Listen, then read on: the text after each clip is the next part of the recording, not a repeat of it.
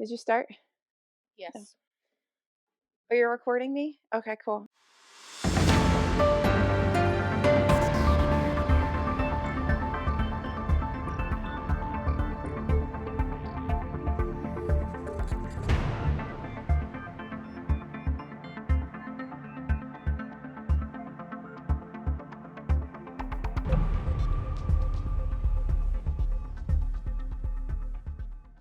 Welcome back. We're here with We're here. a special interview with a special Yay! guest. We haven't done an interview in a little while, and Mm-hmm. I'm so happy that we're doing it with somebody I call a friend. Yes, it's very And special. yeah, and it was a really interesting interview. I think we got to touch on a lot of things We about did. like the self-pub industry that um I know you didn't know about and probably our Mm-hmm. listeners didn't know about and things Yep. I didn't know about. And so it's been kind of eye-opening. So Yeah. that was fun. And it's just nice to see, kind of reminded me a bit of like when we interviewed Charles, just Oh, seeing like a yeah. new writer getting their stuff out and that like pride and That joy. I don't know. It's just so nice to be a part of somebody's like birthing of their book baby. It is. It is. It's a really special Yeah. moment. You can only do it once. Yeah. You know? So anyway, what have you been reading? Or what have you just Oh my finished? gosh, I've been reading everything under the sun. So I am just about done with book 3 in the Dante Valentine series by Lilith St. Croix, and this is The Devil's Right Hand. And Nice. listen, it is just a super fun, like urban kind of fantasy. I Mhm. I love this main character. She is a badass. The devil has just got her all up in a rope. I mean, he is just playing all his little tricks. And it's also very sexy a lot of the time. It is just a Cool. lot of freaking fun. Like I have such a good time just kind of laying back, letting these roll. So I I didn't know these existed until I found this book series. So they're audiobooks, but like what do they call them? Audio movies in your ear or something like that. It's some kind of a tagline like that. So it's like a full on like a movie, sound effects, like the whole thing, right? Like door slamming? All of it. All it's so cool. So I'm not reading these physically because I'm really distracted by the entire quote unquote audio movie production that just kind of I carries me away. I And do like a fully uh like a full cast, full in production of yeah, an audiobook. I feel like it's almost like listening to old-timey radio, I feel like, yeah. Although I feel but better. like I want to make it clear to the readers, like it's not just full cast audiobook. It's like Yeah. full cast, but like movie quality, the It sound sounds effects and everything. It is so like amazing. Illuminate Files level where like Even yeah, on that yes, yes. But this seems like I don't know, like Illuminate Files level, but on steroids a little bit. It is it's very cool. So I'm having a good time with that. I think five there are 5 books of this series, so I have 2 more to mhm. go. But I gotta tell you, I am going to be going down the Lilith St. Croix rabbit hole. I want to Well, read we all of can her books. she has that new duology that's out this year. I have the arc of the first one. I'm going to request an arc of the second one. We should read that together. I think it's called like Spring's Arcana or I saw Spring's that, Arcade or Spring. but I know I talked about it on another episode. I saw it, but there's another one that I want to start before that. It's called Kismet with Ah, another leading badass. I am loving Lilith. Lilith, can we be friends? we can try to Can make we that be happen. friends? So that's what I am currently reading. All right. Well, I just finished last night, and I was debating on whether or not to use this in the podcast, but I figured shameless plug for our reading list for the year. But I finished My Pen is a Wing of a Bird, which is a collection of stories from Afghan women. Um, and it was really interesting. Mm, I don't know if like this has the stories are really great insight into what it's like living every day in Afghanistan. Mhm. Um, they're not like they're not like George Saunders like Yeah. short stories, but they're really good, well written, moving stories about people's lives that you don't get to see a lot because they're kind of behind a veil almost. Like they're not, these are women. It's predominantly women telling women's stories, uh, and it's sad. It's hopeful. It's such a wonderful collection. I think they did a really great job of putting together uh, a nice collective of voices, Yeah. and collective of stories that touches on a lot of different things. And it's not just kind of like one theme bashed over your head over and over again. Right. So it's really good. So we're still reading this through April. Mhm. So please, if you haven't picked this up, please pick it up. You can join us in the Discord to talk about it. People are slowly starting to talk about it a bit, and then we will do a live at the end of the month to discuss it sort of more in depth with all of our thoughts. But I just thought it'd be a good time to plug it and say, Yeah. please read this because it's actually it's really good. Yeah. Yeah. I'm really enjoyed it. That's a good pick. My copy It should was a be good pick. coming soon. I'm upset that more people aren't talking about it. Like, it just bothers me that there's things like this that get printed and they don't get talked about because they don't get I mean, money, you know? yeah. Well, first of all, I didn't even know about it until you told me about it. And I I only knew saw about it because nothing Books and about it. Bow, I think, talked about it Yeah. once, like once. Yeah. And I it's didn't know. and like the afterword and the forward are really interesting. The afterword and the forward in the because I listened to them as well, Mhm. and the afterword is different in this book than it is in the audiobook. So, Oh. um, Hmm. I yeah, wonder I why. think that they've kind of updated from different changes of like when the original one was written and like when the audiobook was put out. I think Okay. like they made some updates because there have been, developments in Afghanistan. Yeah. Um, I guess between those things being made. Mhm. So yeah, no, it's really really interesting, uh, and I would love for as many people as can to pick up a copy. It is available in the U.S. now. This is the UK copy, and talk with us, Yeah. join the conversation. I think it's yeah, I think there's a lot to talk about Join the Discord. Link in the bio of our there. Instagram. TBRLowdown.com for everything. Well, and without further ado, I guess we will jump into our interview we did with Emily Brandt, who is Emily Reads Books over here on YouTube, and she's also on.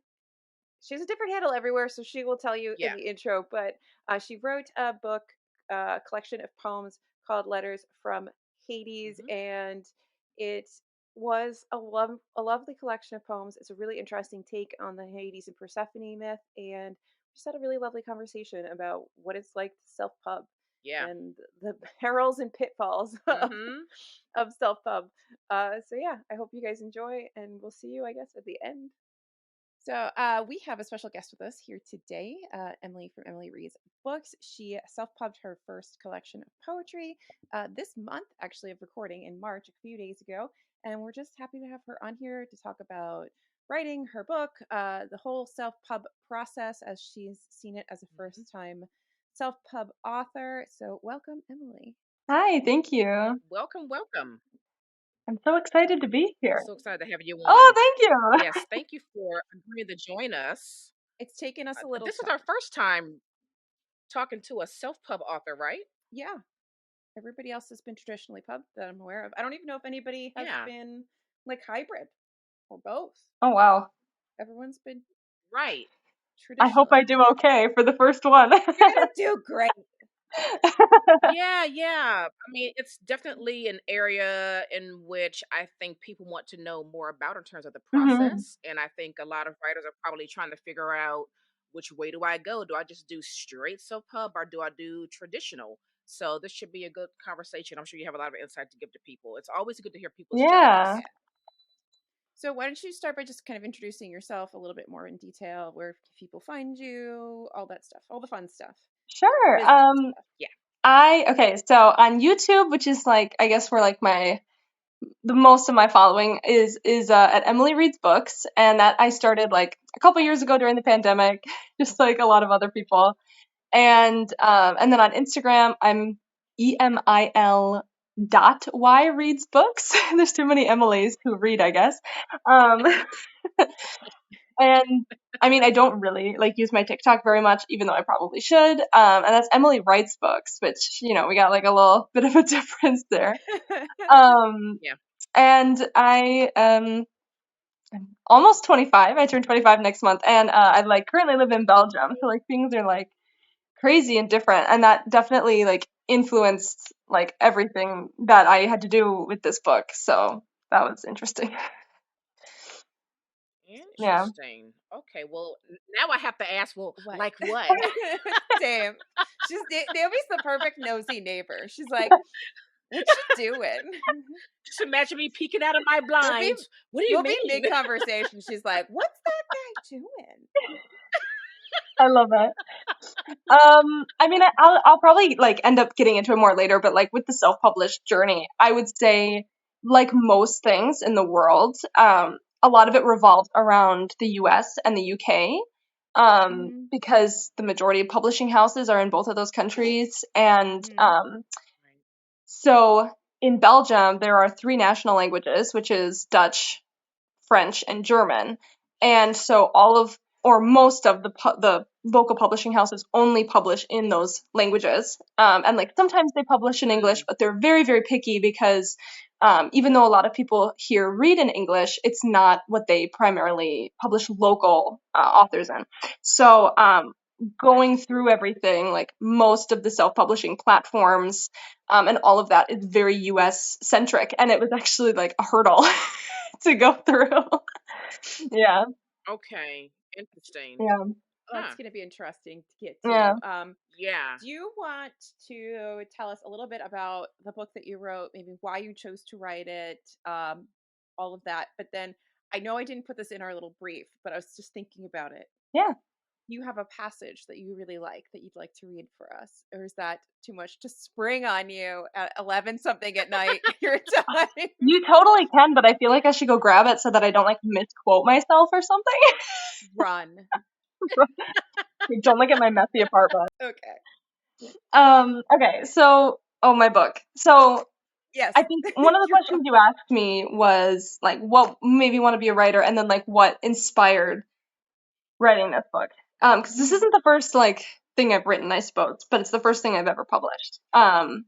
So okay, I wanted to be so. Oh my gosh, you're gonna learn. I say like 5 sentences at once, and then I have to like backtrack. Um, so I wanted to be a writer. I don't know exactly if there was a moment that it switched for me, but so my degree is in musical theater, and I did theater for like most of my life. And in college is when it really kind of like struck me that theater and performing in general is just storytelling through the body, and it is one of the oldest like we learned in school, like, you know, rituals and storytelling is like the original theater, it's the original performance. And I realized that it isn't just acting or singing that I really loved, it's telling the story and saying something that only you can bring to that story because it's coming from you, if that makes sense. Mm-hmm. Yes, it does. Thank you. I love when I make sense. So that I think is kind of, and then with the pandemic, I was finishing my degree. It was the last semester of my senior year in college, and going to school for theater online was really, really hard. And when one of my siblings was sick with COVID, so we were quarantined in our house because I was working at the time. So we were quarantined for 2 weeks, and I just had these story ideas, and I was just like, I'm gonna write them down. And I spent hours and hours and hours just writing because I had all of these thoughts and these stories that were coming to me and like things that I wanted to say, and I didn't know at the time like what that meant.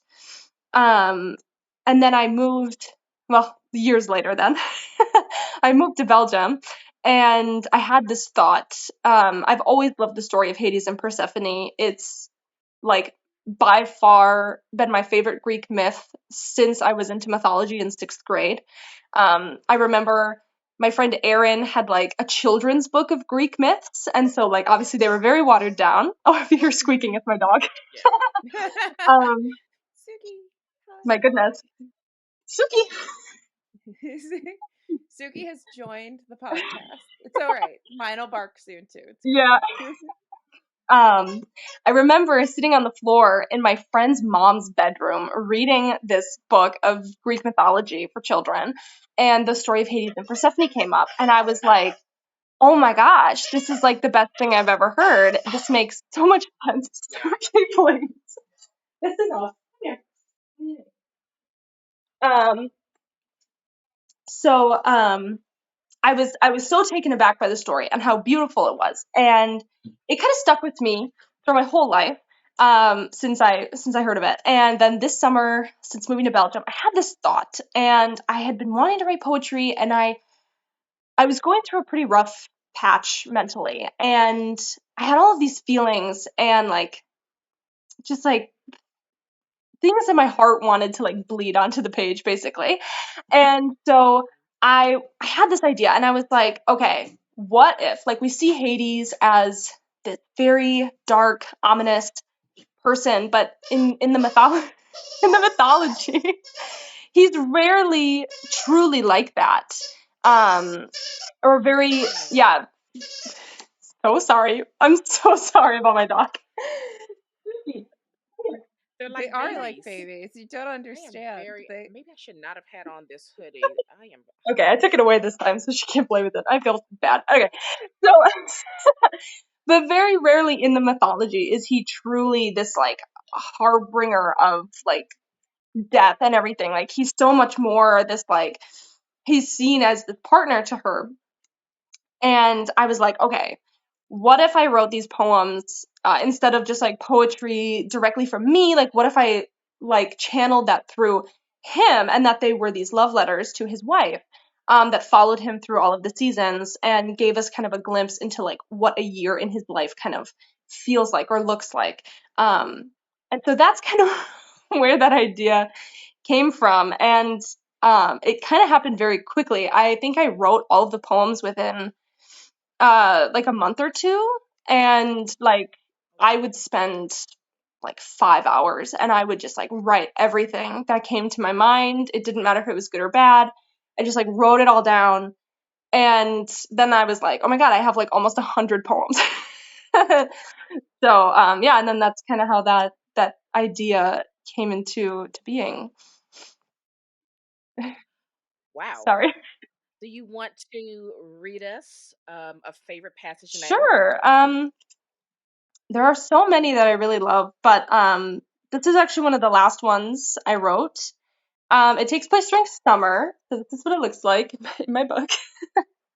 Um, and it goes, as the world rests, I listen to the choir of crickets above, singing their love cantatas to the moon, who replies with silent applause.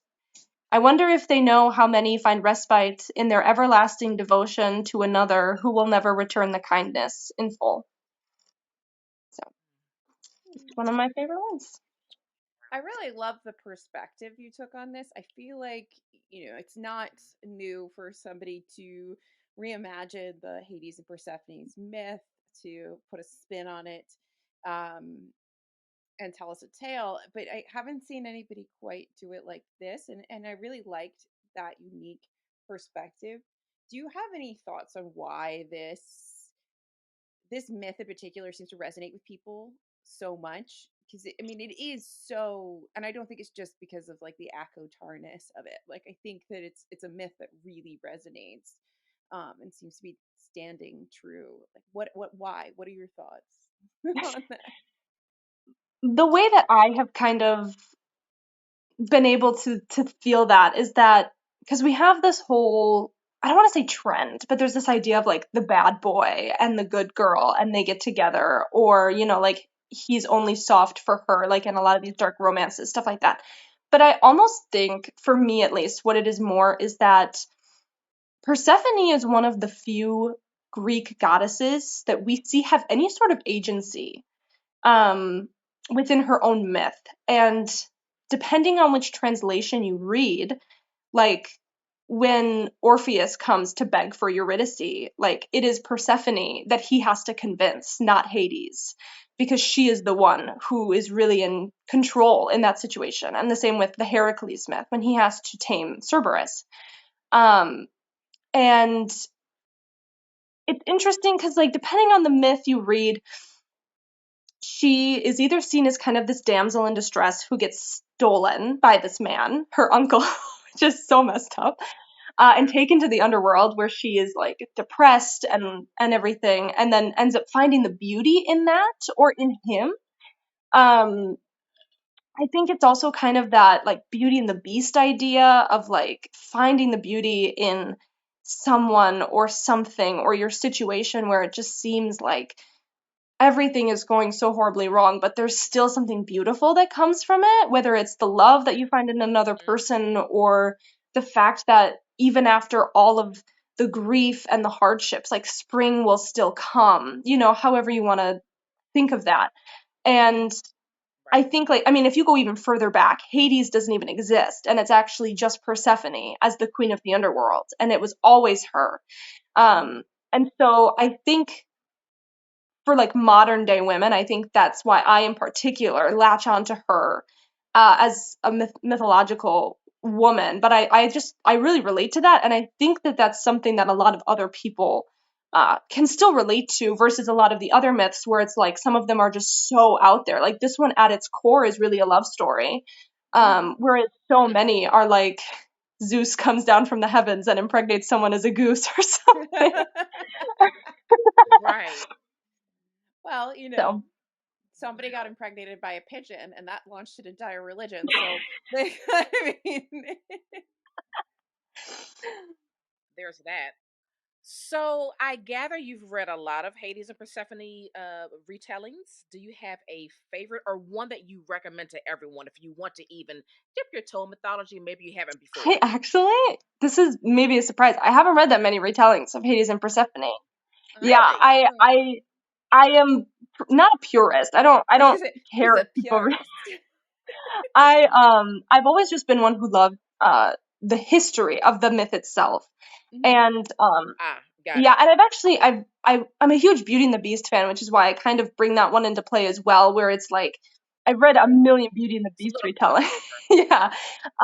Yeah. But Hades, I also think that so many of the retellings of Hades and Persephone, um, I'm not someone who reads a lot of very dark romance, and I think a lot of them rely heavily on the dark romance aspect of Oh, that relationship, and like that is totally fine. I'm just not someone who reads a lot of that personally, so that's fine. that makes Mhm. I'm sense. sorry. I wish I could No, help. no, no, that's fine. That's fine. At least you didn't just say like Akatar. Move on. Uh, Oh my gosh. Yeah, no. now I am totally here for Sarah J. Maas, but that is a whole different story, different discussion. But there's more to the world. Well, I didn't know that's what Well, Akatar was about. Akatar is really So there's Beauty and the that. Beast, and then Court of Wings and Ruin is more Hades and Persephone. Yeah, Had no idea. Yeah, and I think that like Throne of Glass is something like I want to say it's like Sleeping Beauty or Cinderella. It's something like that. It's like yeah, they're something all somehow like pulling from something. interesting. The first two Hmm. series. The more you know. That's why they keep me here. She keeps me She's around Wow. got the Okay. insider info. for random Yeah, pop culture absolutely. references. And by pop culture, I mean Sarah J. Maas. I got really excited the other day because somebody posted a mock-up that they made, but I didn't realize it was theirs of the next book in Crescent City. And I got really excited and started looking for it, and then read the caption and realized it's just something that they made Oh themselves. no. It's like, oh, When not people's yet, art not is so yet. good. I was like, so how come nobody told me this? Anyway, so what made you go traditional pub over trying to query and do all of that? What was the driving force behind just going not traditionally pub, self pub. Sorry, my brain, no word. A few things. One time I was very much like, I want to get this out. I want it done. I want it to be in people's hands. If they want to buy it, I want it to be something that I can share with people immediately. And it wasn't about being a bestseller. It wasn't about trying to get through a big publishing house and like getting a big deal or something like that.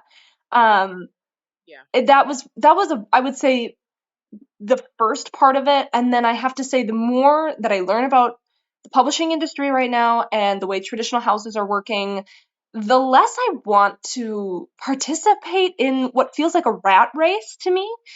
Yeah, Yeah. where it's like, well, and also it's poetry, and honestly, at the time I wasn't really sure how querying poetry would even work in that aspect, and I was like, you know what, I see tons of self-published poets on Amazon and all these things. Like, I'm just gonna do it, and it's just gonna happen. um, Yeah.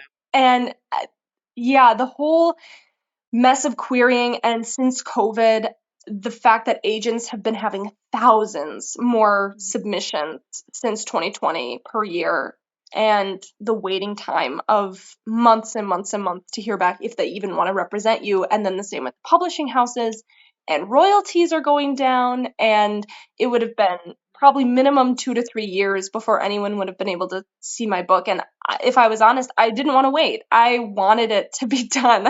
I think I would have lost my Yeah. passion for it. And I wanted to be in control at the same time, because when you publish traditionally, you don't get to choose your cover. You don't get to choose the format, or um, you don't have the same creative authority that you have being self-published. And I wanted it to be something that I made, Yeah. like in and out. I did all of it, and that's what I did. I've definitely heard that Wow. from other authors that self pub, how much they like the control over their own work. They can publish when they want, how they want, um, and the whole creative process is theirs, and it's they're not really beholden to anybody else. And I love that. I love that the authors get more control over their work and how it's presented in the world, and that self-pub is becoming more of a acceptable thing, that it's not just like this thing that your mom did because she wanted to write a So book, true. like it's really Yeah. it really is something that has Yeah. merit and weight, and people care. And I'm just having this thought binging around in my head about maybe there is like an alternate route to potentially being traditionally pubbed. We see all these people that are getting big fandoms, and like the Olivia Blakes and Travis Baldry and all these people that put out self-pub works that can sit for a while maybe in the self-pub space and then suddenly take off, and now they're getting traditional publishing contracts, etc. And then there's people that go back and forth, like even Colleen Cooper, I think, still goes back and Hmm. forth between traditional and self pub. And it's kind of this other way of getting through that for the lucky few who have these things happen to them. It's like another way to get in without just having to constantly query. And I kind of love that it's gotten to that point Hmm. where it's Yeah. so respected now that if it does well, traditional publishing has to stand up and take notice. Yeah. Yeah. Yeah. Yeah, for sure. I think in an industry that has so many gatekeepers and there is not one clear path to getting to be a traditionally published author, self pub was inevitable Mm-hmm. because of that. And a lot of people are doing well. Hmm. Yeah. So it's definitely possible. It's definitely a very valid option, and I think it's great to have choices when you want to get your work out Yeah. there. Yeah. And it's nice when because self pub like when you're going the traditional route, they are investing in you and your story. And so traditional publishing tends to lean really safe. And that's why we see a lot of the same stories being told over and over again by the same people, because they want to sell. And I think self-publishing opens the doors for other voices and for people who have niches and stories that they want to tell that maybe the traditional publishing isn't quite caught up with, or they're not ready to talk about or hear yet. Um, Yeah. Yeah. so. I mean, I think that the big publishers are definitely always playing it safe. I think that some of the smaller Hmm. presses that have been launched are more risk Mhm, takers in the area of pushing the envelope with literature, which I think is a good mhm, sign. So at least we have, yes, the self pub option, and then you also have the option of going to a very small definitely. press who's willing to just look at the value in which you've written and publish it. Whereas a big one would probably say, there's no way in the world we're going to sell, I don't know, whatever the number of units are that they look to sell for each book. It's not going to meet Right, that. So we're not going to even take a chance on right. that. I do wonder though, with how does querying work for an indie press? Like, are you going through the same steps getting that agent so that the agent is then putting your book out on the market for people to bid, and that's where the indie press comes in? Or can you directly talk to, as an author, an indie press and send your manuscript directly to them? Or is there still that gatekeeper? Because like Naomi said, there are so many gatekeepers in the traditional avenues of publishing. Um, It's like, kind of a 50-50, I think, because there's a lot of indie presses that you can just submit to them directly as the mhm, author, and Yeah. there are lots of them that do want an agent. But a lot of the small one that I think Naomi's talking about, a lot of them do allow you to just send in your manuscript and be like, here it is. Let me know what you think. yeah, Yeah. Because I think they're more aware of the Hmm. fact that in the big traditional publishing world, it's too hard to get mhm, in. And I don't even know how difficult it is to find a literary agent. Like, what does that even look like? And you've got to do that because they need to promote you yeah. to the big houses. So that's a whole other thing that I can't even imagine what a mind scramble Yeah, that it's is. like less than 1%, I think. You know, It's it's crazy. crazy. Yeah, it's mm. Well. Speaking of all of this, how did you find the whole self pub process? One of my favorite things to watch are self pub authors talk about their process and break it down. And um, like, what was your experience like? This is your first time doing it. I'm Yeah. sure there were lots of like Yeah, bumps along the way, lots of yeah. learning. Like, Yeah, like how did you even know what to do? Did you just go to the good old Google, or were you already following a writer on YouTube who was kind of breaking down the process for other authors who wanted to self-pub? Kind of a bit of both. Actually, Facebook of all places. You would not think Facebook, but I got back on Facebook because I was like, this is where the people are that are successful. And a couple there's a couple groups on Facebook that I joined, and one of them is called like 20 to 50K, and it's just self-published authors, and these are authors who are making like six figures a year, self-publishing their books and talking yeah, about you their can make processes. decent money. Hmm? You can make decent money self Oh publishing, yeah, like if you an have the actual following, income. like these people who who are like, yeah, this is my 150th book that I've written that I've now published. These are the kind of people who are like, they're just boom, boom, boom. They're sharing their marketing tools. They're sharing, these are the ads that I took out here. This is how I did this. Um, and so Wow. I spent hours on this Facebook page just scrolling through and kind of pro and conning everything out, because if I'm honest, I had no money to put into this book. I had Mhm. $0. Yeah. My budget was literally nothing. And the process of getting all of it was very trial and error. And so one of the first things you need to do is get an ISBN. And that depends on what country you live in. And if you're in the US, you go through Bowker and something. And it's interesting because it's all like kind of privatized, because in Canada, Mhm. you can get ISBNs for free. But in the US, if you want an ISBN, it's like $200 for one. Yeah. I Um, think you could buy packs too, I think I heard, but then also mhm, like Australia is really good for getting yeah. ISBNs as well. But you have to be living or publishing from that country, Yeah. right? So here in Belgium, and you need a different ISBN per edition of your book. So if you're doing ebook versus physical, you need 2 different ISBNs. It's a whole complicated mess. So in Cha-ching. Belgium, to buy 10 ISBNs, which is the first like little pack that you can buy, it was going to be like almost 300 euros. And I just didn't have that money to just invest in it upfront. Yeah. And so I was like, okay, what are my options then? Where can I get a free ISBN? Because it does exist. And so my options then were kind of slowly whittled down. And Yeah. my main choices were Amazon, Draft to Digital, and like maybe 1 or 2 other ones. And then from there, I had to be like, okay, where am I going to get the most out of my time? And to be honest, most self-published people directly go through Amazon because it's the cheapest, fastest, and that's where everybody is.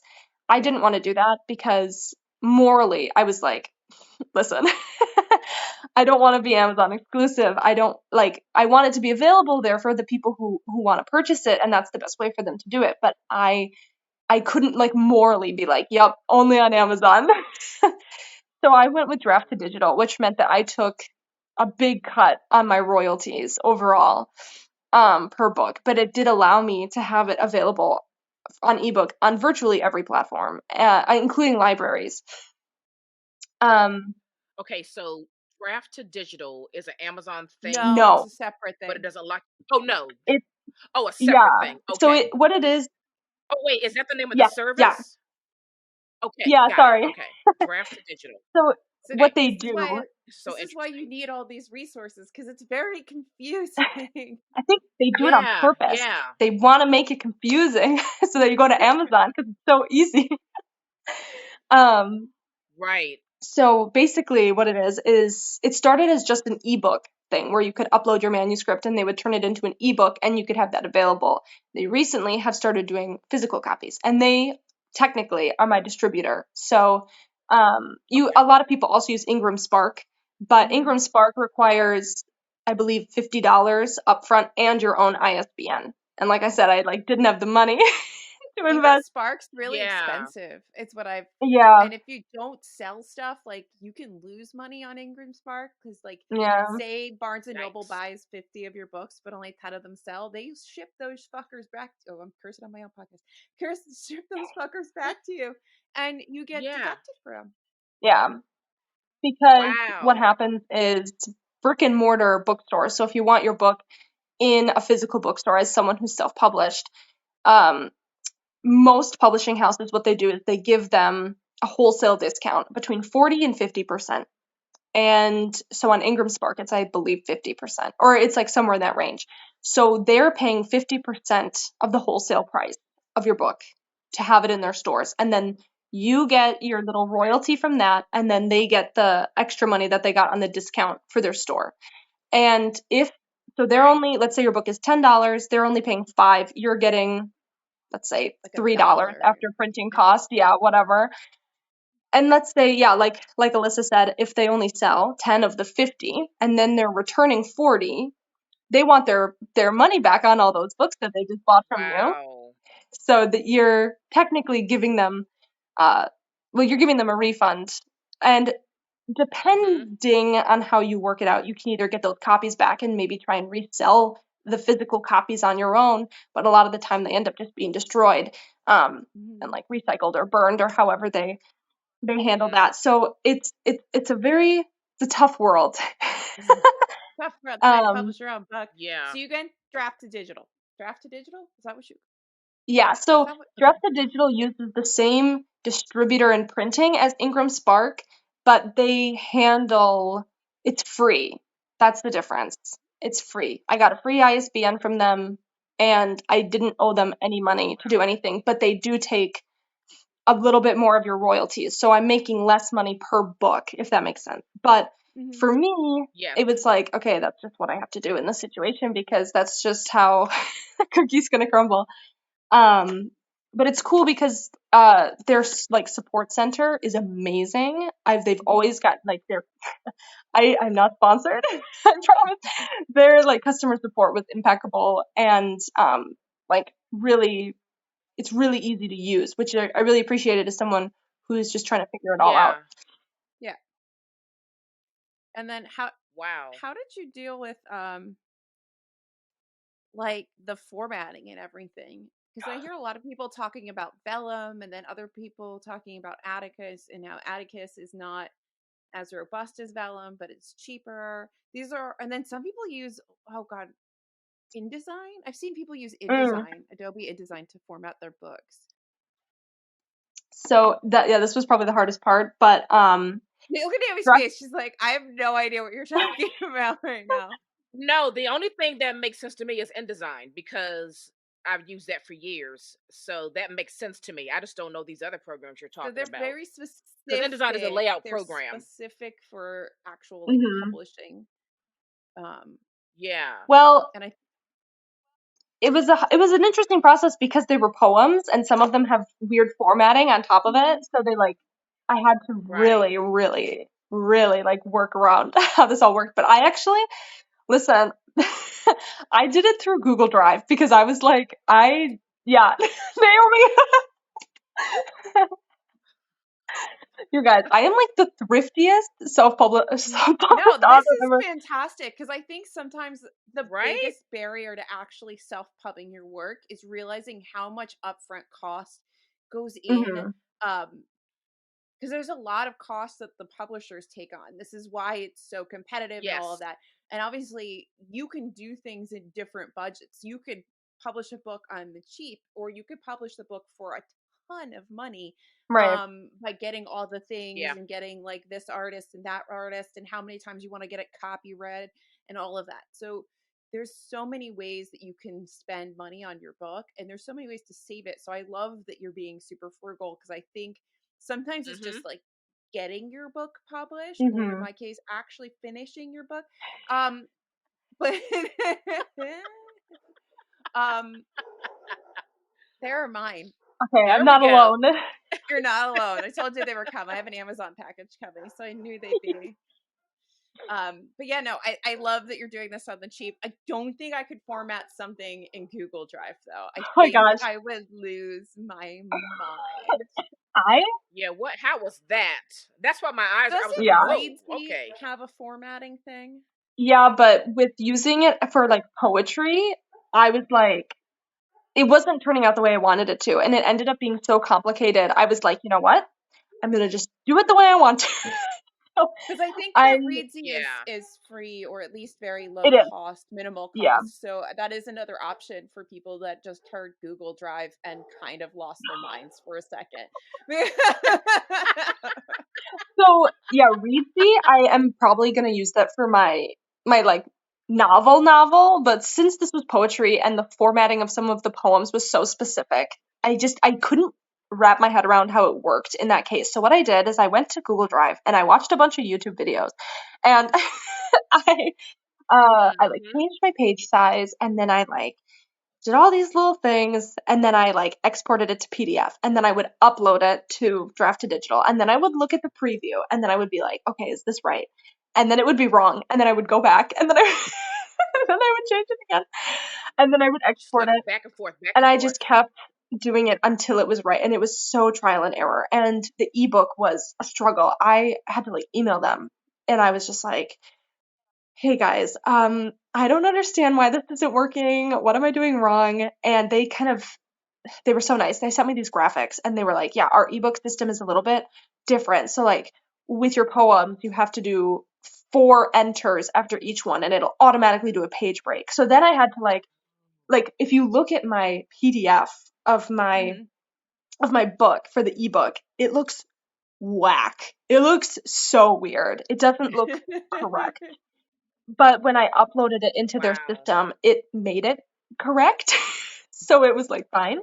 But then for That's the all that print, matters. Okay. yeah, and then for the print I had to like format it all in my drive, and then I wanted images in it. And so I put the images in it, And so like the ebook and the print are like a little bit different when you read them, because I wasn't able to do some of the things, which isn't a regret, but it makes me a little bit sad that they're not the same, but just kind of is how it is. It's a reason to get both Yeah. formats. Exactly. If you want the Marketing. original intention, you got to buy print. Right. But yeah, so that was kind of how the formatting all worked, and um, I'm not looking forward to going through it again. But now I think I at least know what to expect, which hopefully make it a bit easier. Wow. All right. So first go round, you use draft to digital. You're gonna use it the second go round. So for this one, Love Letters from Hades, what does your marketing strategy look like? How did you come up with that?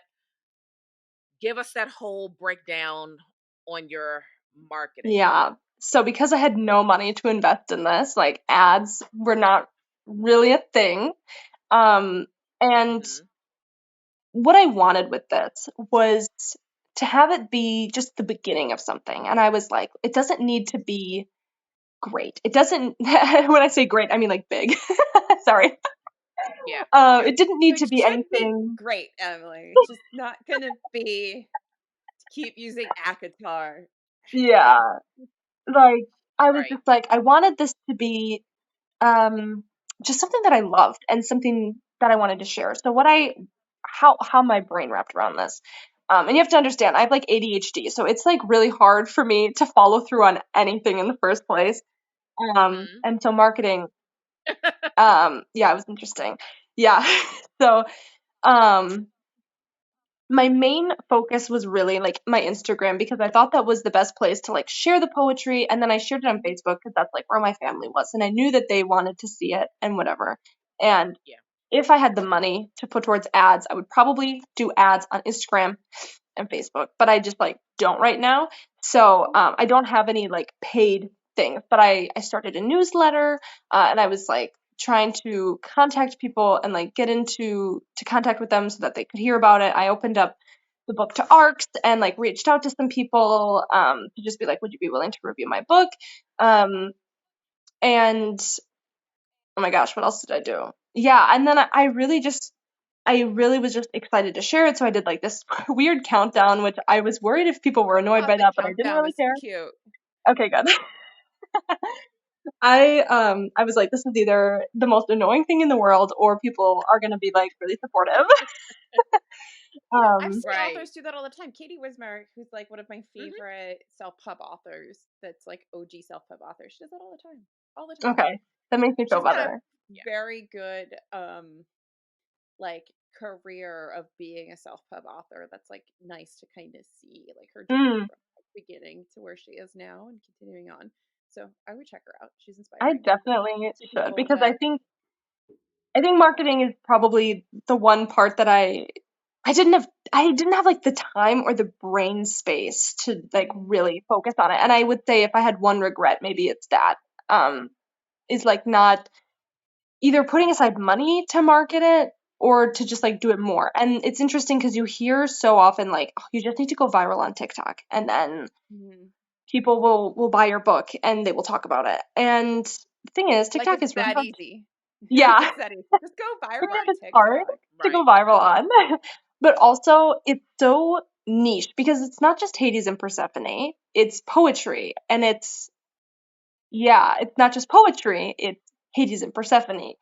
And it's good that it's in a Yeah. niche because then it has a very specific audience, Mhm.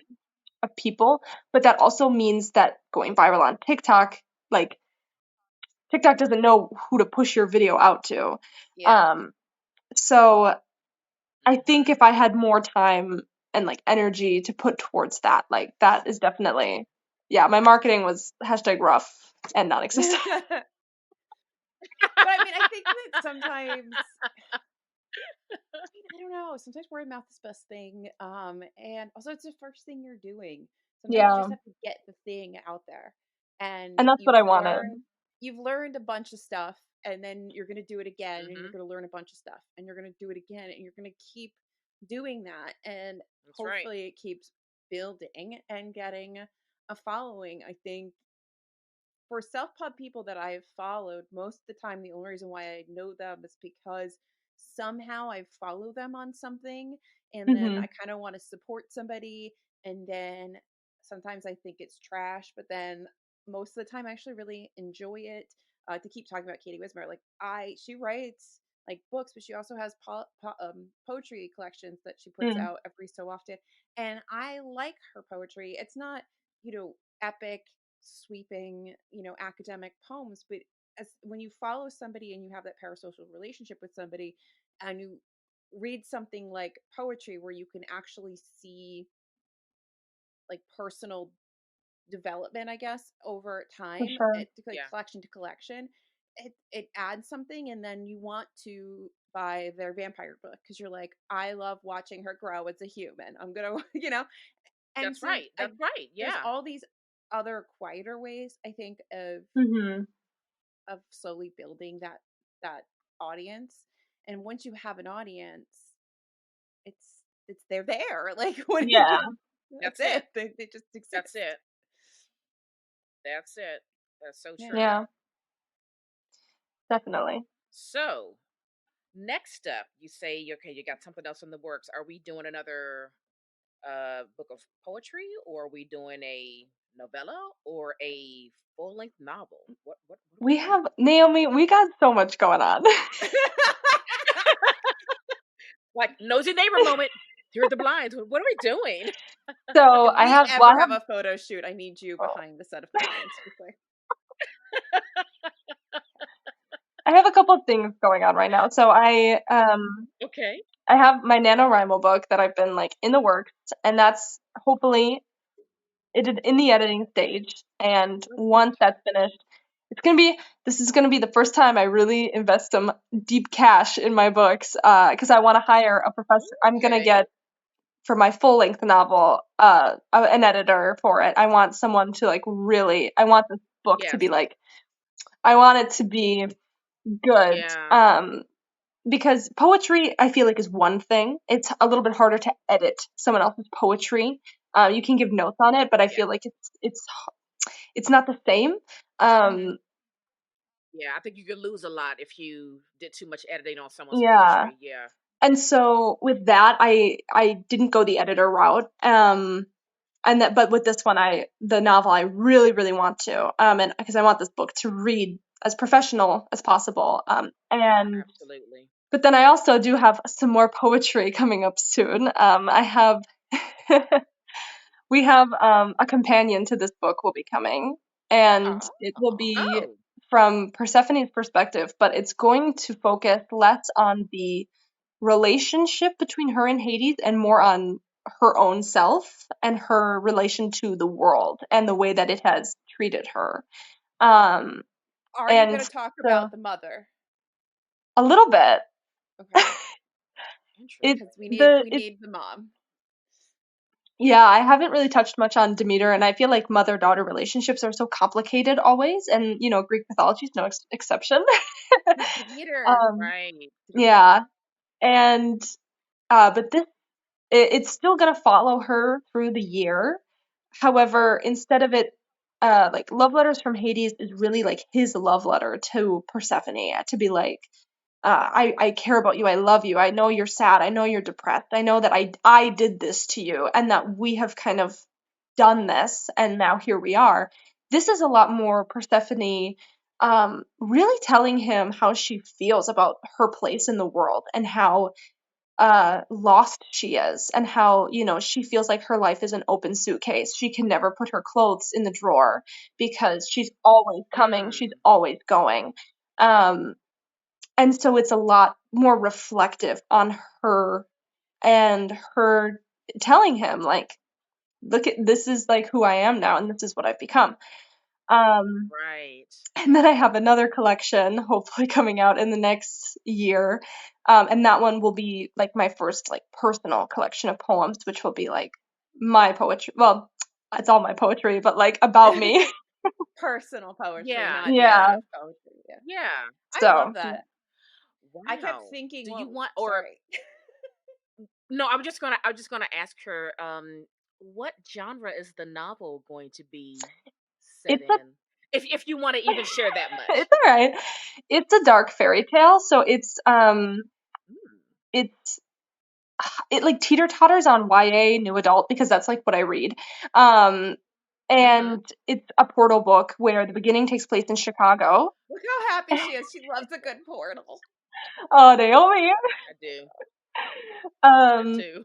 we start in Chicago, and our main character, Grace, is like, so she thinks she's okay because her life is stable, and she's like, stability is what I need. This is who I am. I'm fine being a train on the railroad tracks, you know? And one day, after a really shitty day at work, she loses her job again. It's like the fourth job that she's lost. And she kind of gets pulled into the situation and pushed down a well and finds herself in a fairy tale world that happens to be the world that our fairy tales are based on, but like they are really messed up compared fairy to tales are messed up. So. yeah, but like messed up more. So like it kind of shows like the watered down versions of these things. But you find out that she's invited to stay through this week of like this festival that they're having on the blood moon. There's like a ritual that they're gonna do, and so it's like her and the people that she meets figuring out like what the heck is going on. And yeah, I don't want to say any more. I won't say more than that, but that's kind of what I it love is. it. I love it. Well, yes, please. I'll take that. Naomi's excited. You said portal. I was gonna Amazing. say that Fantasy is great. I was gonna say while I was reading love letters, I was thinking about I wonder what Persephone is thinking, because you have one side of a conversation and you never get that second side. So it'll be interesting to, though it's not a direct response to each letter, getting that that other response, getting her perspective will be really interesting, and I look forward to seeing that companion I hope to this. so. I think It's that definitely more melancholy. I love For sure. melancholy. Well, It's Yeah. my favorite. Here's my Sadness my is my little thing. confession. I have never been into Greek mythology, okay? But just even your introduction hmm to this, and then reading the poems, and then listen to you talk about it, I'm like, do I need to read this? So what Do I need to? what I'm gonna suggest I've never really had an interest, but now what I'm I'm going to interested. suggest, and that we can both read it, is there's a book that I picked up thrifting with you, actually, Navy, called Pandora's Jar, which examines, I yeah, it remember. examines Yeah. myth from the female perspective, Mm. and it's a nonfiction book Okay. talking about mythology. And I think that that would be a really Yeah. interesting place to maybe spark your interest. Yeah. I have like a very Yeah. very surface level understanding of mythology that gets a little bit more robust with every time Jesus tells me something. So,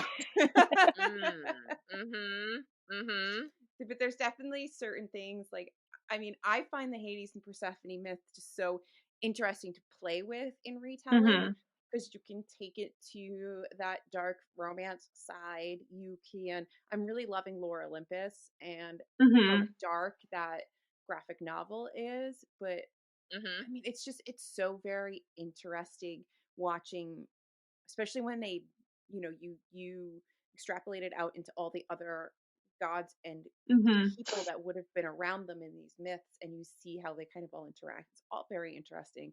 A lot of the other ones are a little bit like stale, maybe because they're so male heavy, and Yeah, you true. erase the female perspective of it, and it's just therefore not interesting to me.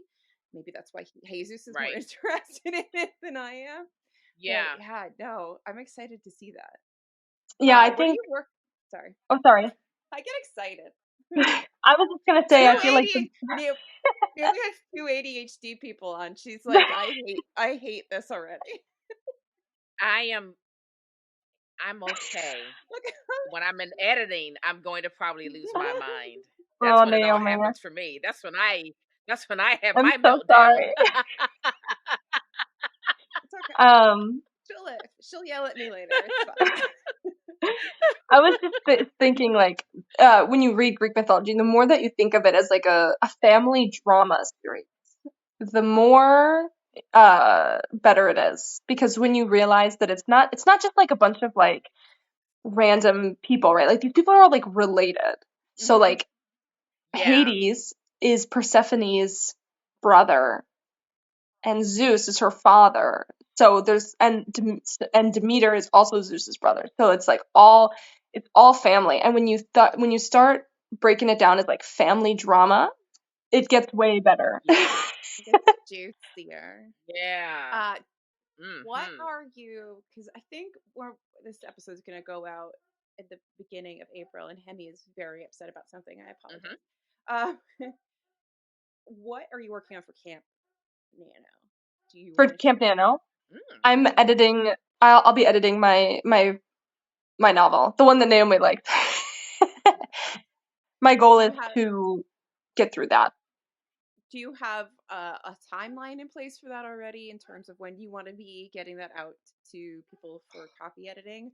Have you looked for people to copy edit? Because I will push Katie. No, Katie's taking a break anyway. I've never I met will this take. woman. I have the worst parasocial relationship with her. I'm just like we're besties.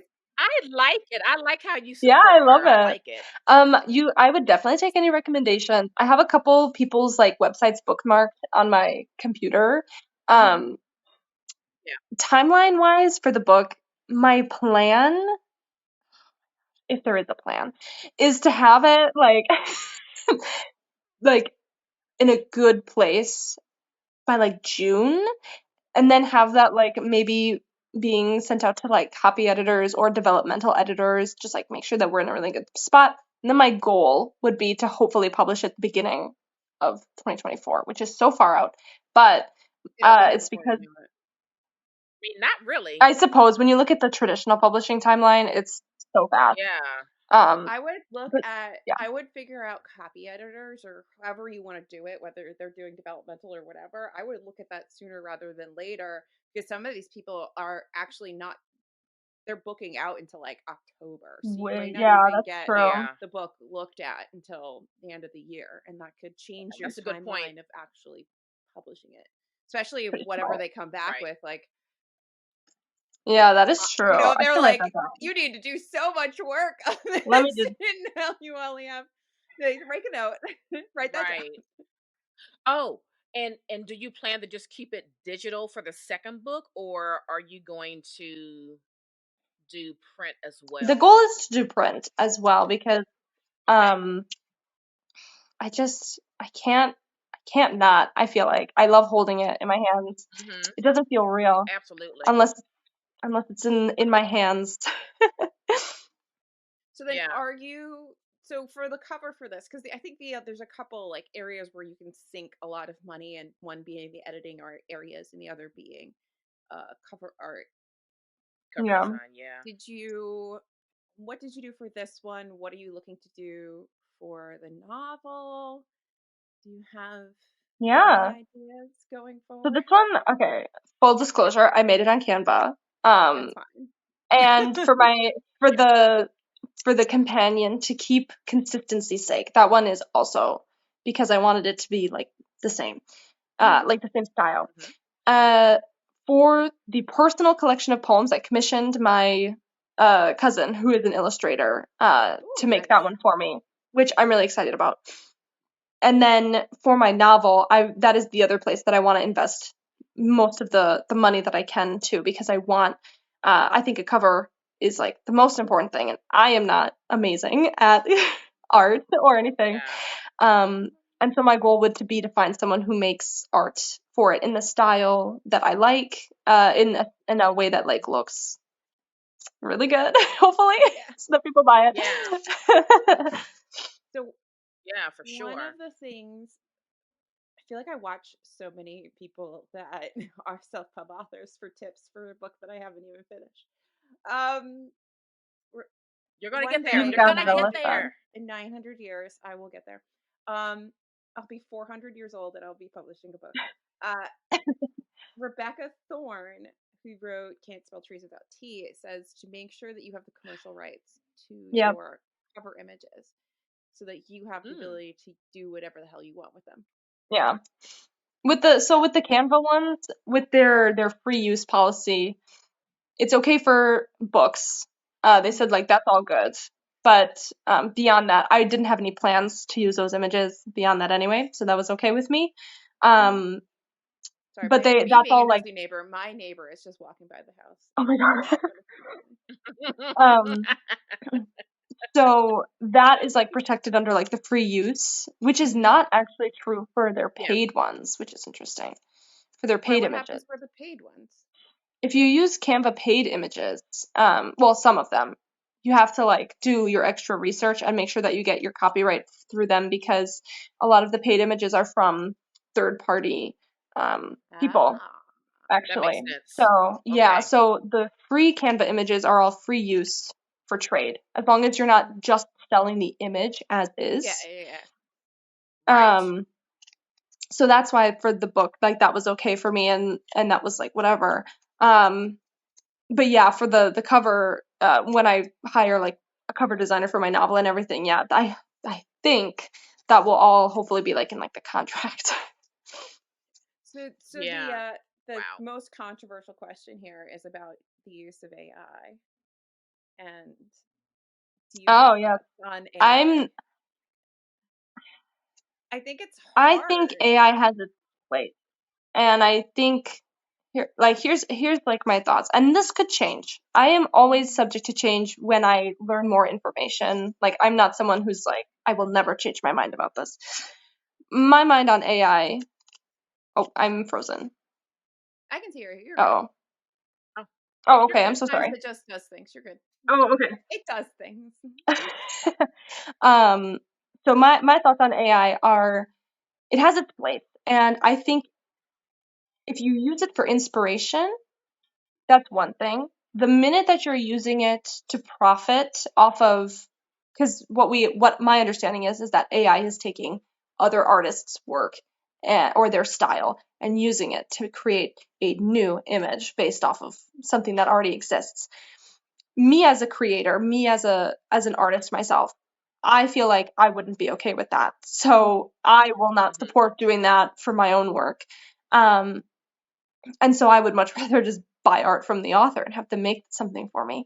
But Yeah. if you're looking just for Right. inspiration, you're not trying to sell something, you're not promoting it with those images. I feel like that's a little bit different because you're just trying to visualize it, and sometimes like just Googling something doesn't give you what you Yeah. need. You need something more specific than that.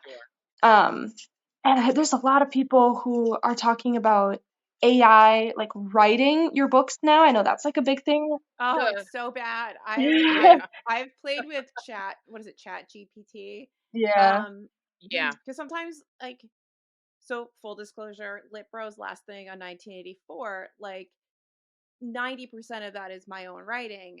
The 10% that isn't is just getting chat GPT or whatever the hell it's called to just write me a summary because I was too lazy to write a Mhm. summary of 1984. And it's like, Fair enough. you can write me a Right. summary, but actually reading what it spit out for me was terrible. Like, Yeah. I was like, give me a book review. This is shitty book review. Like, if you're using this to Right. like actually write out Yeah. things, um and pass that off as your writing, it's pretty, no, I it's think not it's great, at least yeah. as That's of right now. rough. So I wouldn't be feeling threatened yet No. by AI because Right. it is writing terrible stuff. And if children are using this to hand in their essays, don't. If you Oh have my not, maybe gosh. I can see it, Yeah. maybe like how I used it as like a frame to like find out where I Mhm. wanted to slide in like a piece and then mess around with it because I was too lazy to think of anything else because I spent so long thinking of other things. Maybe, Mhm. but no, it's Yeah, and I not. think in an It's not industry good. that's You can't make already it. It's not. and in an industry that's Yeah. already so competitive, like if your product isn't living up to what everyone is expecting of you, or it's not living up to the industry standard, I feel like you're not going to be successful, or at least not in the way maybe that you want to be. Maybe you'll be infamous. Exactly. Now I kind of want to Yeah. see if Chat Exactly. GPT can write me a story. Anything's possible. It's gonna be Just so for fun. bad. It's Video gonna be idea. so I mean, bad. I feel like Yeah. AI eventually will get to a place where it can truly write fairly well written stories, but I also feel like the thing that makes art what it is the humanity in it. And the Well, second that you take the human out of the art, it's not art anymore, because it's, in like my opinion, it's a, I don't know, it's a creation of the human spirit. It's a creation of your inner mhm. world, of your humanity, the way that you have experienced everything, and like you're literally taking the most important aspect of that out of the thing when you do that. I Yeah, agree. I So mean, I think that, I there's agree. this element of like uncanny valley kind ofness of yeah, like definitely. it's almost there. Like, I don't think either of you have read The Employees, but fantastic sci-fi book. But you can, it's all just these little and like employee statements on the ship, and you're figuring out what it's happened on this ship, and Mm, slowly you figure out everything through these things. There's no names, there's no nothing, and you start to figure out that it's really an issue between like, there's other stuff going on, but between humans and humanoids. And you can, once you start getting those pieces, you can feel how like weird, off. like, you, Oh, yeah, there's just something like very off about the humanoid statements. And then as you go Yeah. back, you start to feel like the things that, so I just feel like there is that yeah, element of AI where like you can get it to give you a summary of 1984, but you can't get it to speak like you want to speak about it. yeah, So Mhm. perhaps you get like 3 lines out of the like 25 they give you that are useful, and you stick them in there and it helps you frame something. But you're never, I don't think that even if it gets good at writing something or making an image, it's ever going to truly be exactly like the human touch of it all. definitely. There's going to be I something agree. always off about it Yep. Yeah, Yep. until it's 100%. not, and then the robots take over. And And then AI is everywhere. Everywhere. Yeah. yeah, Yeah. Wow. Well, this has been really incredible. I have learned a lot. there's so much. I have definitely learned a There's lot. so I much to publishing. I yeah. Yeah. So you're a new author. What are some tips that you would give to other aspiring writers who really want to get their work out there? Yeah, I mean, it's interesting because the amount of similarities between being an author and being an actor are quite striking. Um, and Mhm. so the advice I give people, if I'm even qualified to give advice, honestly, I don't feel like I am, but um, like what You're I always think is qualified. like, I don't You've feel written, qualified. you're qualified. Yeah. Um, well, I think for me, you have to do it. You have to do anything that you do because you love it.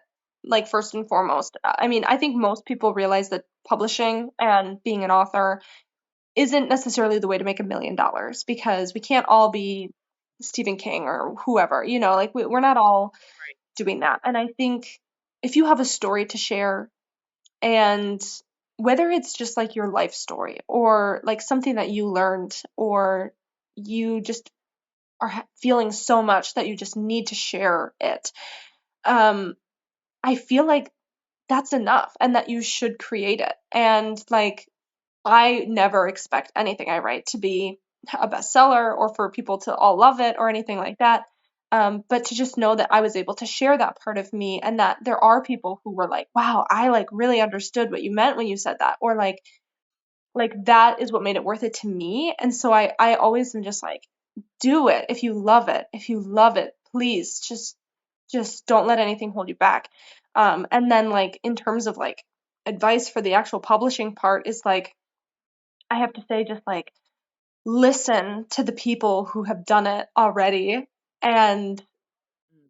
take what they say like for real, for real. Like if they're telling you, hey, this is a scam, or this didn't work and here's why, and that like resonates with your situation, like really like ask questions to these people who've Yeah. done it, and like be curious and never stop wanting to be better and to keep learning about all of it. Because I would say the hardest part about being self-published is that you are the publishing house. You are doing all of the Yeah. things that the normal publishing houses would be paying other people to do, right? Like these people who, like, that's their whole job, is to edit or to market your book. And like, here you are, you have to do all of it. So Yeah. like, if you aren't okay with devoting the time and energy that it takes to at least understand those aspects of what it is to publish your own book, then maybe traditional publishing is the route for you. And to just like be okay with that, I guess. Mm-hmm. But if you really love it and you're passionate, like, don't let anything like Amazon or something else stop you from from sharing that. I Yeah, guess that's just how I feel. I think that's very sound Yeah. advice. And I also think there's probably an element of just understanding that you're not going to get it perfect Yeah. the Oh first my go gosh. around. You're going to Yeah. make so many mistakes. You might spend money somewhere that you didn't need to. You might need that you may Mm-hmm. realize you needed to spend money somewhere that you didn't need Definitely. to. And you can do that again the next time and you can keep evolving and getting better, which is really 100%. a lesson for life. A lesson. What is publishing Yeah, if not a lesson for life? seriously, seriously, yeah. I Anyway, love it.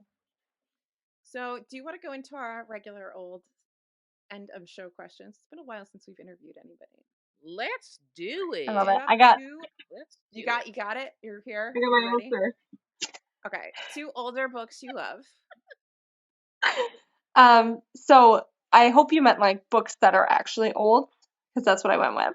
Okay. Oh, any way you Mm-hmm. want to interpret that. Okay, great. So, my favorite classic of all time is Dracula. Just by Ooh, far. It's, in my opinion, I think it's hilarious. I think it's an amazing book. Good. And the other book I chose was Man's Search for Meaning, which I read during the pandemic, and like it was so short, but it really hit me in the gut. And yeah, I don't even know what that is. Who Interesting. wrote it's that? written by Viktor Frankl. He is a psychologist who was in, I think it was Auschwitz, and Okay. he wrote, it's a very short book. It's like maybe 100 pages or something, and it's about how the human spirit, uh, like when you find meaning in your life, you will survive anything. And so he talks about his time in the Holocaust and the people that he spoke with, and about how they found meaning in their lives, and how those are the people who ended up surviving such a horrible, tragic event. It's a very Yeah. beautiful book. Um, Wonderful. I love that. Wow. I'm gonna have All to right. find that. That sounds like an Alyssa book that somehow I didn't know about. All right. And what are two novels that have come out, over the last year that you would recommend? so I wrote out um, All That's Left in the World by Eric J. Brown, which is a book I just recently read. It came out in March of last year. I just finished Okay. watching The Last of Us. Um, So so good. good. So good. I played both video games. It's like my new like fixation right now. Oh man. And this book was very similar in a lot of ways. But it's YA and it's queer. Well, The Last of Us is also queer, but like a queer romance is what centers this book. And it Yeah. takes place in a post-apocalyptic world where an avian flu wiped out like 80% of the population. It's these two boys Wow. traveling down the East Coast to Florida. Well, actually to Virginia, because they hear that the EU is coming to help aid them after quarantine and all these other things failed in the US.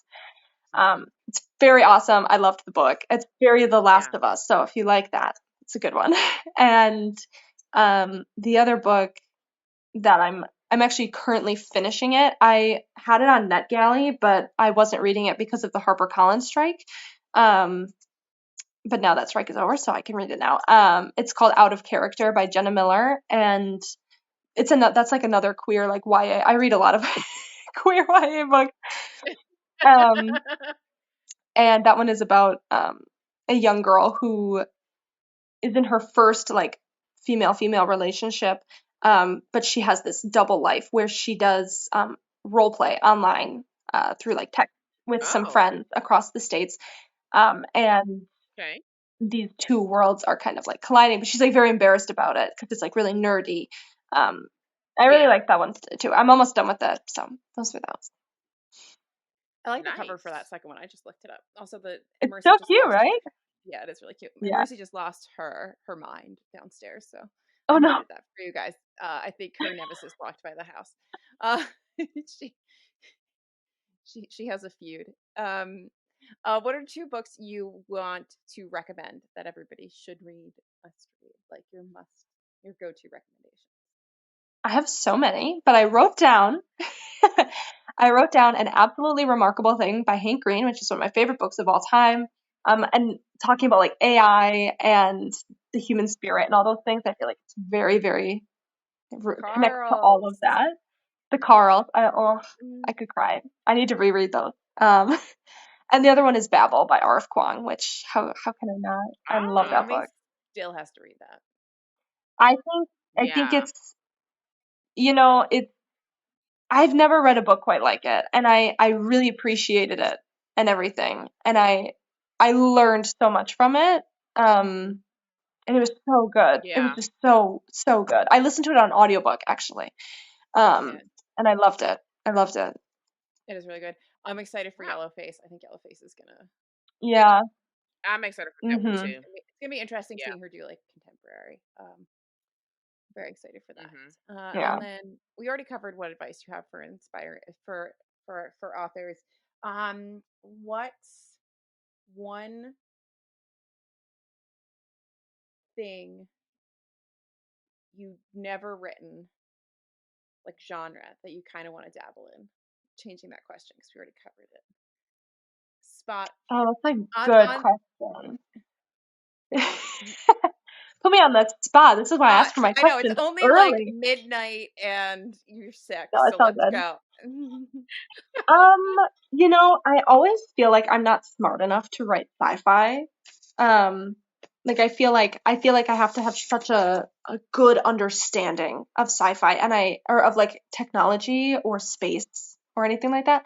I'd love to write a Right. sci-fi or maybe a historical fiction, but like I want to write something like wild in historical fiction, like something like really Mhm. specific. Um, I don't know what, but something that would require me to like, I don't know, like ancient Mesopotamia or something. Put me somewhere like That crazy. nobody really Wow. does all the time. Yeah. Like not World Yeah, War II Europe. Like yeah, no. I want, Right. Right. yeah, I Exactly. would want to write something like, I don't know. Yeah, I don't know exactly. I mean, I don't count this as historical fiction. I feel like Love Letters from Hades because it's like mythology, right? I don't think I yeah, would count that. that's not historical fiction. But like, yeah, I it's wouldn't Right. count that as historical. something like that, or like maybe a reimagining of something that happened in history that like is forgotten. I don't know. Maybe so many things.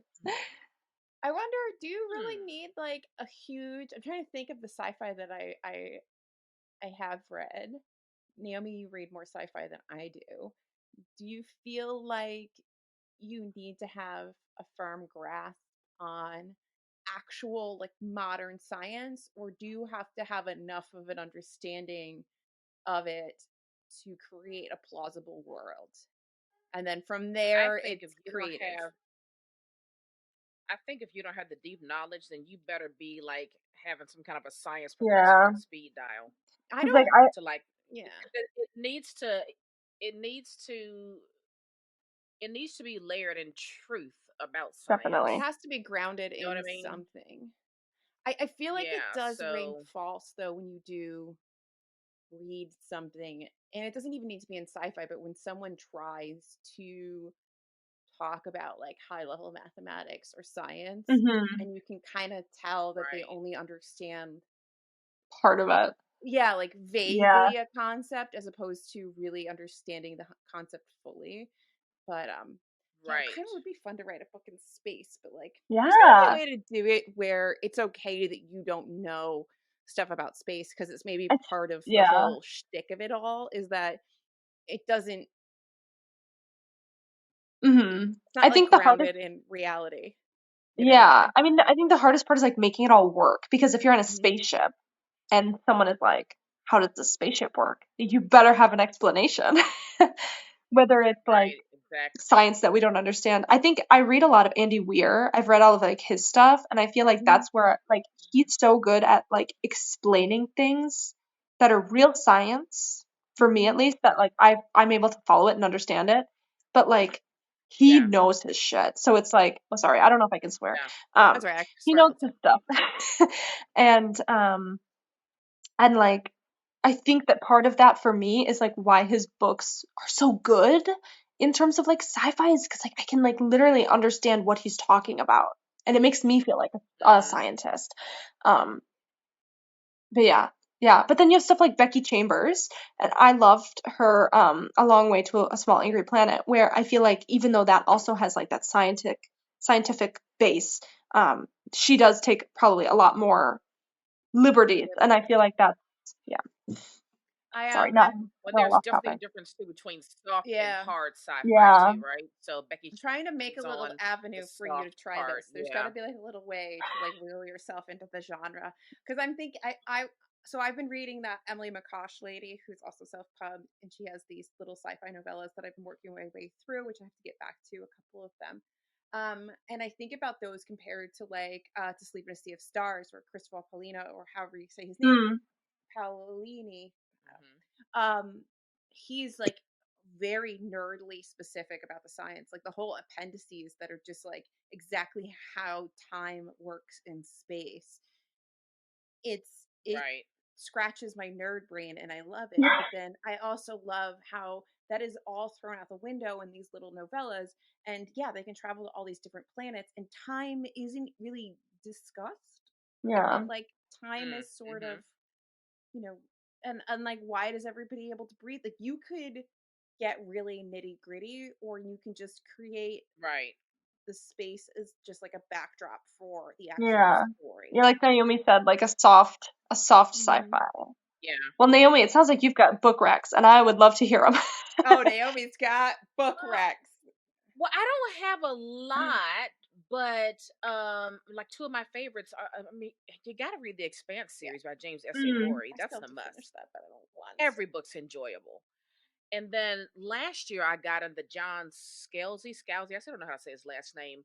And I started reading his series called The Old Man's War. It's so good. Hmm. So of course, I put his next series. So I like dipping my toe into sci-fi. And I've got some authors I haven't read yet, like Anne Leckie and people like that. But I enjoy a good I space love it. opera. That's probably one of Yeah, my I'm a huge favorites. Star Wars nerd, so. The Murderbot Diaries. I Mm. mean, that's more. I think that's softer and is really funny as well, but highly to. enjoyable. So definitely I will read think the there's a Murderbot way in, Diaries by Martha Emily, you Wells. can get to sci-fi I'll get there Yeah, someday somehow. in my Portal book. Portal yeah. into space. Ooh, now you're going more like Raymond Feist. Portals, space. What are those books with the weird covers? Something's called something like shit Cassandra saw or Oh, the Cassandra Cassandra Ghost. Clare?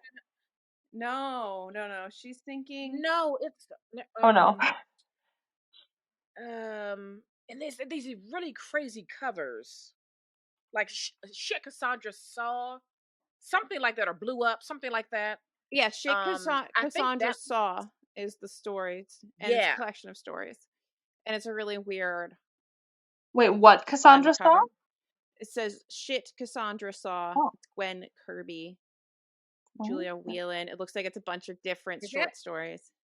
is that sci-fi? Am I You getting that might, right? I don't know. Margaret Atwood meets Buffy. Yeah, that's probably somewhere in the sci-fi fantasy range then. Love it. Yeah. Cool. I mean, we can't all be N.K. Jemisin Oh where my she's like gosh, I N.K. know. She's on Jemisin another breaks my level. brain, and I love her, but she is so on another I level. need She's all like, of my brain we're all cells for N.K. living Jemisin. in our mortal realm, and N.K. Jemisin is like Right. Yeah, Seriously. unreal. Seriously. Unreal. need Her all my brain mind. cells. Yeah. The mind. Yeah. Well, thank you. For I sure. appreciate that. I appreciate the Rex. That'll be good. I'm looking over.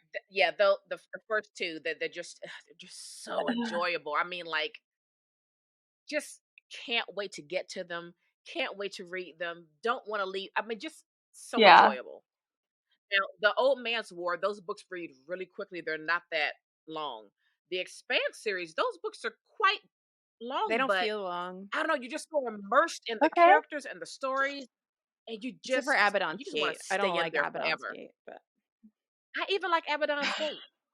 I love it. I got it all written down. I'll be looking at these. Yeah, yeah, for sure. well, thank you for coming Well, on and talking to us. Yeah. this was great. I It had was such a great. great time. Like, thank you for letting me come on here. This was great. So, do you want to plug the book again? Tell people where they can get it. Give them your socials, and we'll get out. There it Sure is. did. It's so pretty. It is nice. Um, so it's available pretty much on every platform. So if Amazon's your thing, Barnes and Noble, Walmart, Target, it should be available on all those websites. For physical, and ebook is virtually everywhere. So I'm working on getting it available on like Hoopla and those places. So libraries would be able to have it as well, and people could read it for free. The like wait time on that is like super long, so we'll have to see when that ends up on that site. But like Amazon, all those places, you can find it on Kobo, Apple Books, so everywhere you can find it. And yeah, and if you want to review it, just send me an email and I'll just send you a PDF of it. I don't care. And then, where can we find you Awesome. online? So, Yes. Easiest place to find you online, because I know we're all kind of probably, everywhere. yeah, that's true. I would say Instagram. Find me on Instagram. So at emil.y reads books. So yeah, that's my handle. You can find me there. Send me a DM. I don't always respond right away, but I promise I'll get to you eventually. Wonderful. Well, congratulations on your first Yeah. published piece of work, More to and come. we are wishing you the best luck on your Oh, second thank you. project. I hope it turns out. So stay on the Sounds lookout. I great. appreciate you so much for letting me be here. All right. Well, I hope you all enjoyed that wonderful interview with Emily. Emily, thank you again for joining us. We so appreciate you spending some time with us. So now it's that time where we recommend you a book. It is. Sorry, I got distracted because I don't know if I've ever recommended this on the podcast before. If I did, it was way back in season 1 at some point. Hmm. But this is Roses and Rot by Kat Howard. Uh, Oh, and I think, considering Emily reads a lot of like YA and new adult, this is like a nice little addition to yeah. this particular episode. And I didn't know that I've tried so many different ways of like cataloging, annotating, I don't know, reviewing, keeping track of my books. Apparently, at some point, I was just putting in post-it notes with themes. I love it. But essentially, there's this like prestigious art, like college community, and you can get into it. Um, but there is this connection to like the Fae and kind of having to give something up to get there. Hmm. And the whole world is kind of dark, and it's twisted, like you've made a deal almost with the devil to get everything you've ever wanted, and then what does that do to you? And it's Mm, all set inside of this like arts college, this community of people, this exclusive community of people that yeah. it kind of like Catherine House kind of vibes, where if you survive this, if you do this, if you do all the things, you're going to get whatever the hell you want going forward. Like, this is how you get prestige and fame and Interesting. make it and all that, and connections. And it's really interesting. And there's some mother daughter relationship stuff in here, allegedly. But there's like some things with siblings and sisters, and it's really interesting and fun and dark, and it's kind of a dark academia that I don't hear a lot of people talking about, and it is really good. It is a very grim-like cover. It makes me not want to go to whatever that place is. It makes me not want to walk inside those doors. The Like weird thing is that the house of the school or whatever on the cover kind of looks like my high school. creepy. But my high school looks creepy, so what do you want? But I don't know, it's really good. I kind of wish with things like this that they were adult, because I would Mhm. love for them to go like hard into the creep, Yeah, and they buddy. don't, obviously, but it goes close. It's good. Yeah. I enjoyed it. All It's right. blurred by Neil Gaiman. Oh, well, an author whom I've never read, but it's okay. It's okay. He's okay. I am going to recommend this book that I recently finished, by Edward Humes called "The Forever Witness: How DNA and Genealogy Solved a Cold Case Double Murder." Thank you very Ooh, much, nice. Dutton, for sending me this book. Um, I'll read the inside, and then I'll just talk about what this book did to me. Okay, in 1987, in 1987, a young couple on an overnight trip to Seattle vanished without a trace. A week later, the bodies of Tanya Van Cullenborg and her boyfriend Jay Cook were found in rural Washington.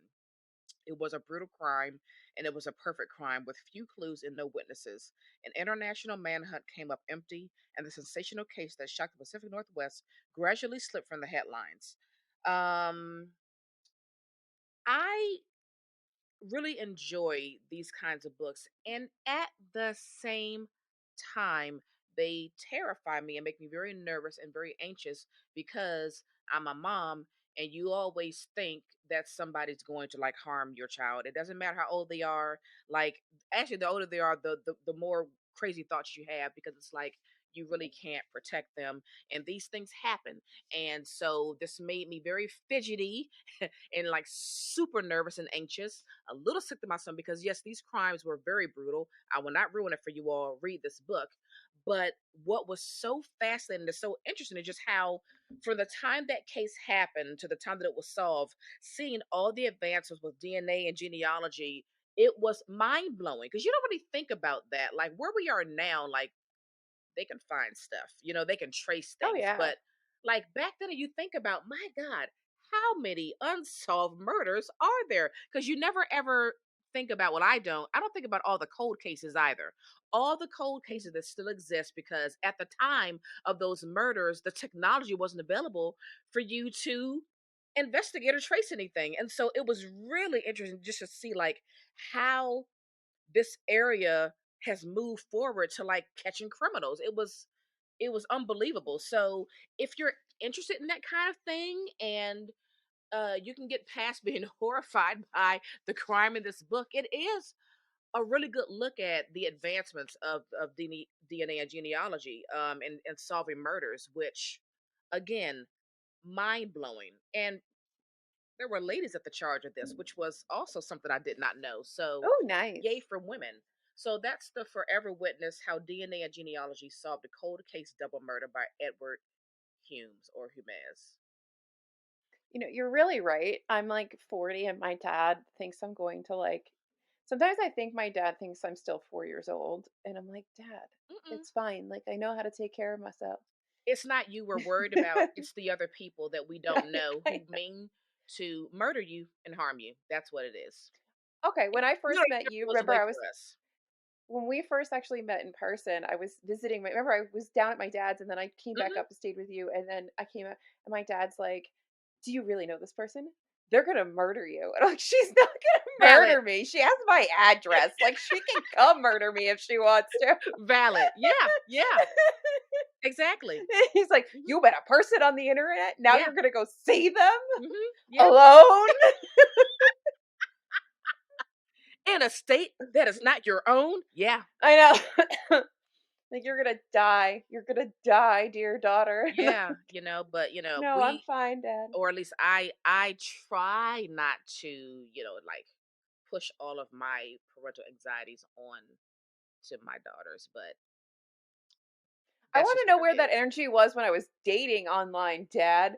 Like, where was all this "you're gonna He get was murdered" energy? probably crapping himself to sleep every night and not telling you about it.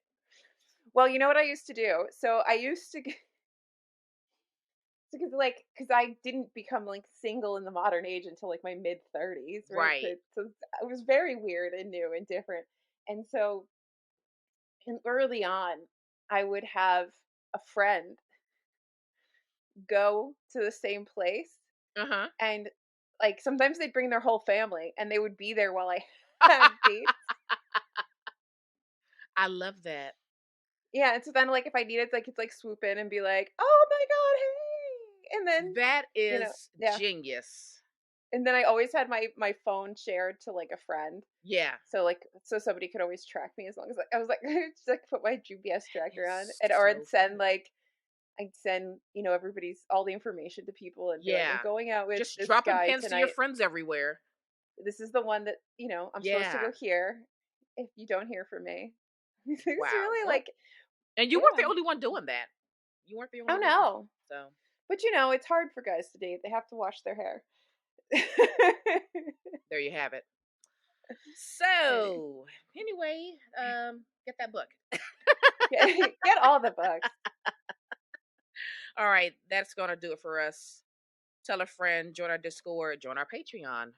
Follow us Yes. everywhere, TBR Lowdown, and everything you need to know about us is on our website at tbrlowdown.com. That's going to do it for us. We're out of here. Bye. Bye.